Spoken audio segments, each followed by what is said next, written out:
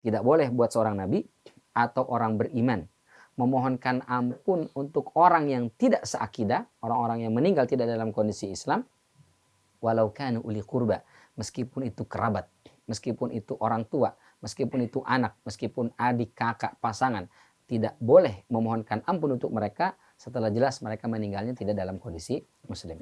Maka Rasul tidak memohonkan ampun untuk Abu Thalib.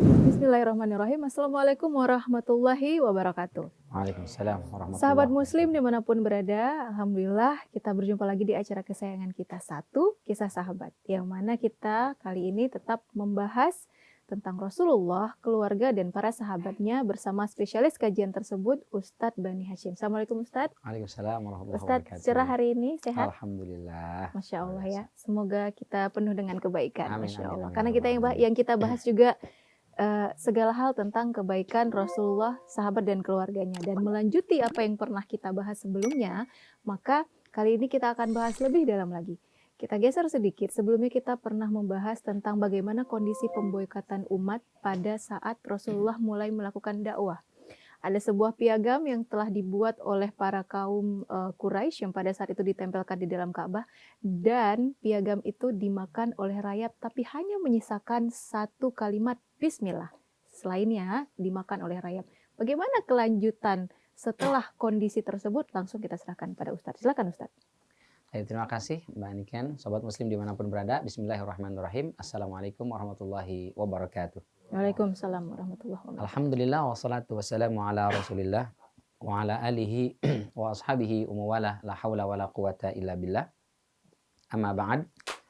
Di pertemuan sebelumnya kita membahas tentang bagaimana kaum kafir Quraisy mereka dengan berbagai macam cara dan upaya untuk menghentikan dakwah Nabi Muhammad SAW.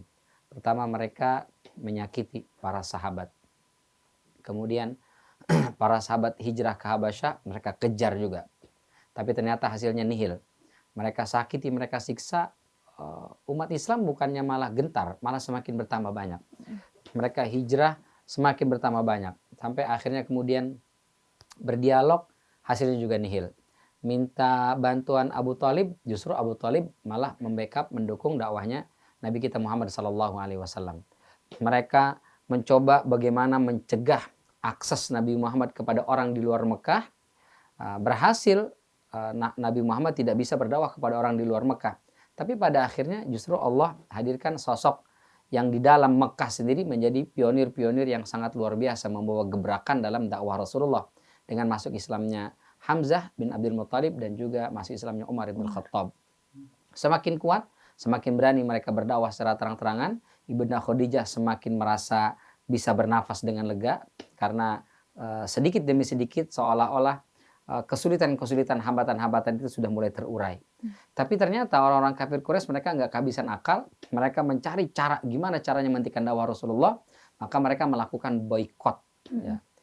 Sebenarnya boikot itu tidak memiliki masa, tidak ada batasan waktu. Pokoknya selama mereka tidak bisa menyerahkan Nabi Muhammad kepada mereka, maka tetap berlaku. Tidak boleh ada interaksi, tidak boleh ada pasokan makanan minuman, tidak boleh ada transaksi pernikahan, tidak boleh ada bantuan, bahkan iba saja kepada mereka tidak. Tapi kemudian Allah berikan kepada mereka, kepada Rasulullah dan para sahabat itu kemudahan, keringanan dengan cara diberikan batas boikot itu hanya sampai 3 tahun. Dan itu pun buat kita mungkin Masya Allah ya luar biasa. 3 tahun berat sekali. 3 bulan, setahun mungkin masih oke lah. Tapi kalau 3 tahun berat sekali. Kenapa Allah sampai biarkan 3 tahun ya? Tidak setahun langsung dihancurkan misalnya. Nah ini pertama untuk ujian kepada mereka, keimanan itu memang butuh diuji. Dan mereka adalah orang-orang yang lulus ujian. Sudah teruji. Jadi kita tidak boleh meragukan bagaimana imannya para sahabat, apalagi keluarga Rasulullah, wabil khusus Ibunda Khadijah. Itu sudah sangat teruji sekali. Yang kedua, untuk menunjukkan kepada kita bahwa kita hidup ini banyak ujian, ternyata bukan cuma kita, bahkan seorang Nabi, seorang Ibunda Khadijah, dan para sahabat yang hidup bersama Rasulullah pun tidak lepas dari yang namanya ujian. Sehingga ketika kita mendapatkan ujian, jangan merasa paling berat hidupnya. Ya, sampai ambil status berusaha tetap tersenyum meski hati terluka. Alah. Jangan, nggak usah. Gimana? Nggak boleh begitu ya. Ekspresi Ustaz, Ya, ekspresi. ekspresi ya. Ekspresi. Jadi kita tetap harus selalu merasa selalu ada celah, ada setitik terang, ada bantuan yang Allah akan berikan. Maka Allah kemudian hancurkan itu surat boikot itu atau piagam boikot itu dengan cara Allah hadirkan rayap ya, memakan surat itu. Maka karena suratnya, piagamnya sudah nggak ada, berhentilah pemboikotan itu. Tapi sebelumnya kita ceritakan di mana Rasul Shallallahu Alaihi Wasallam, Allah Subhanahu Wa Taala sampaikan informasi itu, lalu beliau sampaikan kepada Abu Talib, dan Abu Talib menyampaikan kepada orang-orang kafir Quraisy, kalau keponakanku benar bahwa piagam itu sudah dimakan rayap, tolong bebaskan kami, hentikan pemboikotan ini. Tapi kalau ternyata keponakanku keliru, salah, berbohong, maka silakan kalian berbuat semua kalian. Maka begitu dicek ternyata benar, piagam itu sudah habis dimakan rayap, ya, hanya tersisa kalimat Bismillah. Ada yang mengatakan Bismika Allahumma. Yang jelas ada nama-nama lafaz Allah lah di situ. Siapa yang menggerakkan rayap? Pasti Allah Subhanahu Wa Taala. Sehingga surat itu semua dimakan habis tak bersisa, tapi yang ada kalimat lafaz Allahnya disisakan oleh rayap. Ini seolah-olah rayap ini kayak tahu ya mana yang baik mana yang buruk. Dan kenapa yang disisakan itu? Untuk menunjukkan itu kekuasaan Allah, bahwa Allah bisa menggerakkan makhluknya yang kecil sekalipun rayap itu bisa Allah gerakkan untuk menyelesaikan sesuatu yang perkara yang tadi besar, dahsyat, luar biasa. Yang kedua, yang dimakan oleh rayap itu semua kalimat-kalimat kata-kata kezoliman ya, yang berisi penindasan, pemboikotan dan seterusnya, itu dihilangkan, disisakan kalimat lafaz Allah, menunjukkan betapa rahmannya Allah, betapa maha pengasihnya Allah, sehingga Allah itu nggak suka dengan kalimat-kalimat kezoliman. Ucapan, tulisan yang mengandung kezoliman Allah nggak suka, apalagi perbuatannya, apalagi kata-kata yang telah melukai, menyakiti hati orang lain, Allah sangat tidak suka. Maka dibiarkan kalimat Bismillah, Allahumma itu masih ada, sementara yang lain Allah rusak. Tapi itu ketika mereka kaum Quraisy melihat itu, mereka tuh kayak tersadar, tertampar, atau gimana sih responnya? Ya terperangah, mereka juga bingung, kok bisa Muhammad tahu ini isi dalam Ka'bah surat ini. Kita aja nggak tahu nih, orang-orang yang di luar. Mereka terisolasi, diboikot, dikurung, nggak boleh kemana-mana. Kok bisa tahu isi itu? Maka sebagian orang mulai bertanya-tanya, apa berarti Muhammad benar-benar Rasul yang mendapatkan nubuat, yang informannya adalah malaikat? Ya, sebagian sudah mulai agak ini tuh bertambah ujiannya iman. Yang di dalam, yang diboikot, tambah kuat keimanannya. Yang di luar mulai bertanya-tanya. Tapi orang-orang kafir Quraisy, para dedengkot itu, mereka nggak peduli. Mau apapun itu yang terjadi, mereka tetap tidak percaya. Apalagi kata mereka, lah rayap itu kan kebetulan aja. Gitu. Rayap bisa ada di mana saja, bisa makan apa saja. Kebetulan surat ini karena sudah 3 tahun, ya wajarlah dimakan rayap. Mereka berdalihnya begitu. Tapi ada 5 orang ini yang tadi yang memberikan, yang pernah kita sebutkan, mereka meskipun berada di pihak kafir Quraisy, bukan di pihak Rasulullah, tapi mereka punya empati ya, punya solidaritas, kepedulian, rasa iba, sehingga mereka 5 orang ini bersekongkol atau bersepakat untuk merobek surat itu. Ya, sebelum mereka tahu pada akhirnya suratnya sudah dirobek, dimakan oleh rayap. Nah, Nabi Shallallahu Alaihi Wasallam ya mengajarkan kepada kita tentang arti terima kasih, ya, balas budi. Meskipun itu mungkin dari orang tidak sama akidahnya dengan kita, tidak sama agamanya dengan kita, tapi kalau dia berbuat baik, maka dia berhak mendapatkan perlakuan baik dari kita. Tidak boleh kita mentang-mentang ini beda agama, mentang-mentang beda keyakinan, harus kita musuhi. Enggak begitu. Nabi tidak mengajarkan begitu. Kita hanya boleh memusuhi, memerangi orang yang memusuhi dan memerangi kita. Tapi kalau orang itu baik kepada kita, maka kita harus jauh lebih baik kepada mereka. Kalaupun tidak bisa jauh lebih baik, paling tidak sama kebaikannya. Maka Nabi mengajarkan kepada kita untuk mengenang 5 orang itu. Kita bacakan kembali nama-namanya. Di antaranya adalah Hisham bin Amr ibn al-Haris, ada Mut'im bin Adi, ada Zubair bin Umayyah, ada Abul Bakhtari dan Zam'ah bin Aswad. Ketika terjadi perang Badar, itu ada 70 orang kafir Quraisy yang ditawan oleh umat Islam. Kata Rasulullah, kalau ada di antara 70 tawanan ini masih kerabat saudara dari 5 orang itu, maka mereka akan aku bebaskan tanpa syarat, nggak ada apa-apa. Nah, itu sebagai bentuk balas budi Nabi Shallallahu Alaihi Wasallam. Maka selesailah pemboikotan. Akhirnya umat Islam diizinkan, diperbolehkan untuk balik ke rumahnya masing-masing. 3 tahun tidur di tenda langsung beralaskan pasir, tanah, beratapkan langit, masya Allah ya. 3 Kasihan tahun. sekali ya. Mungkin mereka kalau ada hujan, badai di Iya. gua-gua kali ya. Masya Allah, nggak ada gua ya, mereka ya hujan ya hujanan, badai kena badai, panas ya, masya Allah luar biasa ya. Padahal mereka itu diisolasi di wilayah Mekah yang ibarat kata mereka berdiri masih kelihatan itu rumah saya di situ, tapi saya nggak boleh ke situ. Ini tempat kerja saya, mungkin punya toko, ini toko saya, tapi saya nggak boleh ngambil makanan dari situ. Masya Allah, tapi luar biasa. Pada akhirnya setelah 3 tahun selesai, maka semua kembali ke rumah masing-masing. Ya mungkin rumahnya udah mungkin ya kondisi banyak sawang 3 tahun lah, ya. rayap segala macam ya. Tapi paling nggak mereka bersyukur, bergembira. Nah selesai itu tahun berapa tuh? 7, 8, 9. Kenabian 3 tahun. Kemudian setelah pulang dari pemboikotan itu, ujian yang baru pun datang. Apa itu? Abu Thalib usia sudah semakin menua. Memang Abu Thalib dilihat kegigihannya, orang-orang melihat Abu Thalib ini dahsyat. Meskipun diboikot 3 tahun, tapi dia tetap kukuh dengan pendiriannya, dia tetap gigih mempertahankan keyakinannya, dia membela keponakannya. Pamornya naik. Jadi di mata masyarakat Mekah pamornya naik. Rasulullah juga semakin naik tuh kan. Wah ini luar biasa. Apa yang membuat mereka 3 tahun diboikot tapi mereka tetap bertahan? Itu berarti ada something yang luar biasa gitu. Pamornya naik. Sementara Abu Jahal dan konco-konconya menurun karena dianggap tidak punya perik kemanusiaan kan, tidak punya empati, tidak punya belas kasihan. Di satu sisi Rasul dan Abu Thalib semakin naik pamornya, tapi di sisi lain usia semakin menggerogoti dan merenggut fisik Abu Thalib. Maka pulang dari boikot itu, tubuhnya yang sudah mulai renta, usia sudah kepala 80-an tahun, semakin lemah, mulai sakit-sakitan. Maka orang-orang kafir Quraisy mengatakan, wah ini Abu Thalib ini sudah mulai renta, sudah mulai sepuh, sudah mulai tua.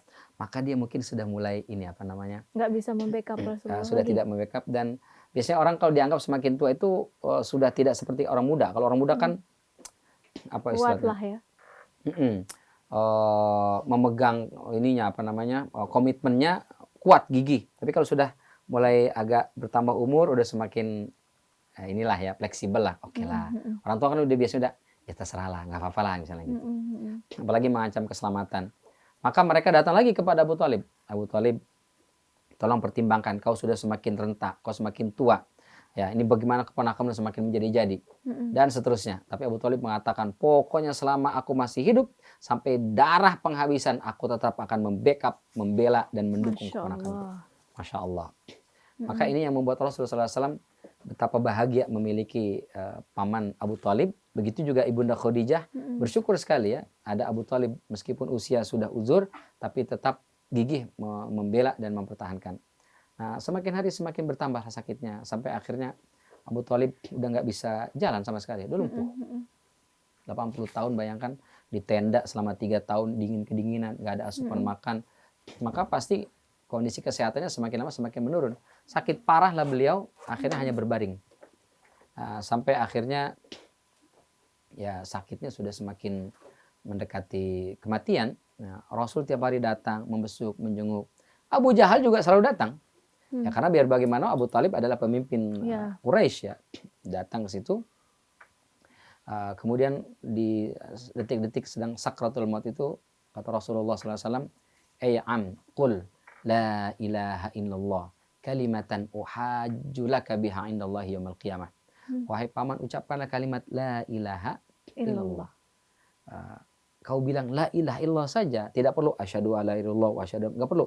Cukup la ilaha illallah, tidak ada Tuhan yang berhak disembah kecuali Allah. Kau ucapkan itu paman sekali saja sebelum akhir hayatmu, maka besok hari kiamat di padang mahsyar aku akan fight, aku akan berjuang untuk menyelamatkanmu dari hisab, dari api neraka.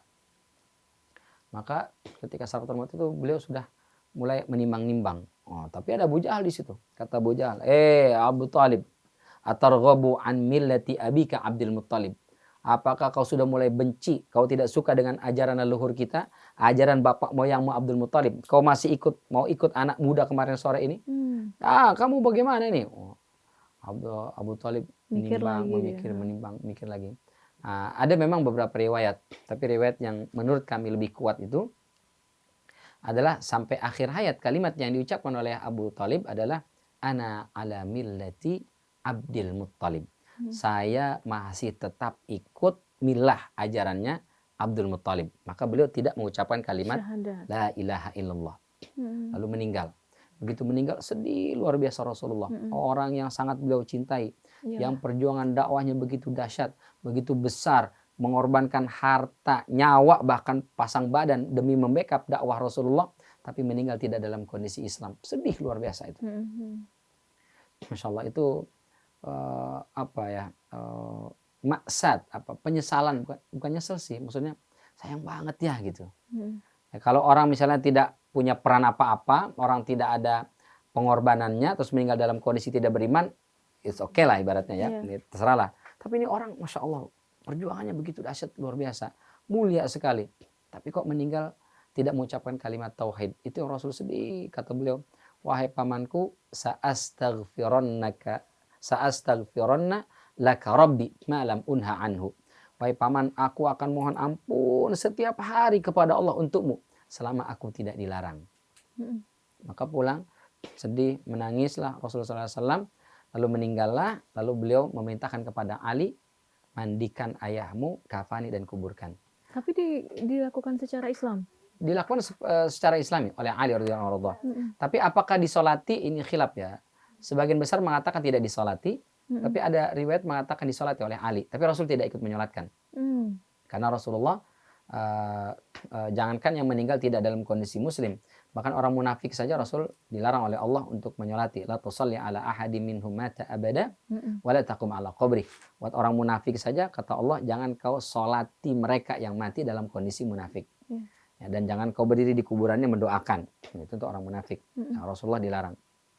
Apalagi yang meninggal tidak dalam kondisi muslim. Maka Rasul tidak menyolati, tapi beliau memerintahkan Ali. Ali mandikan, kafani dan kuburkan. Ada riwayat mengatakan disolatin juga gitu oleh Ali. Allah alam. Ya, yang jelas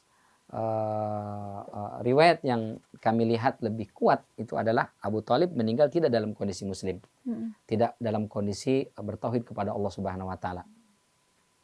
Maka sedihlah Rasulullah. Setelah itu kemudian Rasulullah Shallallahu Alaihi Wasallam sebagaimana janji beliau memohonkan ampun. Setiap hari Rasul memohonkan ampun kepada Allah untuk Abu Thalib. Sampai kemudian turunlah surat At-Taubah ayat 113. Kata Allah, ba'da a'udzubillahi minasyaitonir rajim, ma kana lin-nabi walladzina amanu ayastaghfiru lil musyrikin walau kanu uli qurba min ba'di ma tabayyana lahum annahum ashabul jahim. Tidak boleh buat seorang nabi atau orang beriman memohonkan ampun untuk orang yang tidak seakidah, orang-orang yang meninggal tidak dalam kondisi Islam, walau kanu uli qurba, meskipun itu kerabat, meskipun itu orang tua, meskipun itu anak, meskipun adik, kakak, pasangan, tidak boleh memohonkan ampun untuk mereka setelah jelas mereka meninggalnya tidak dalam kondisi muslim. Maka Rasul tidak memohonkan ampun untuk Abu Thalib.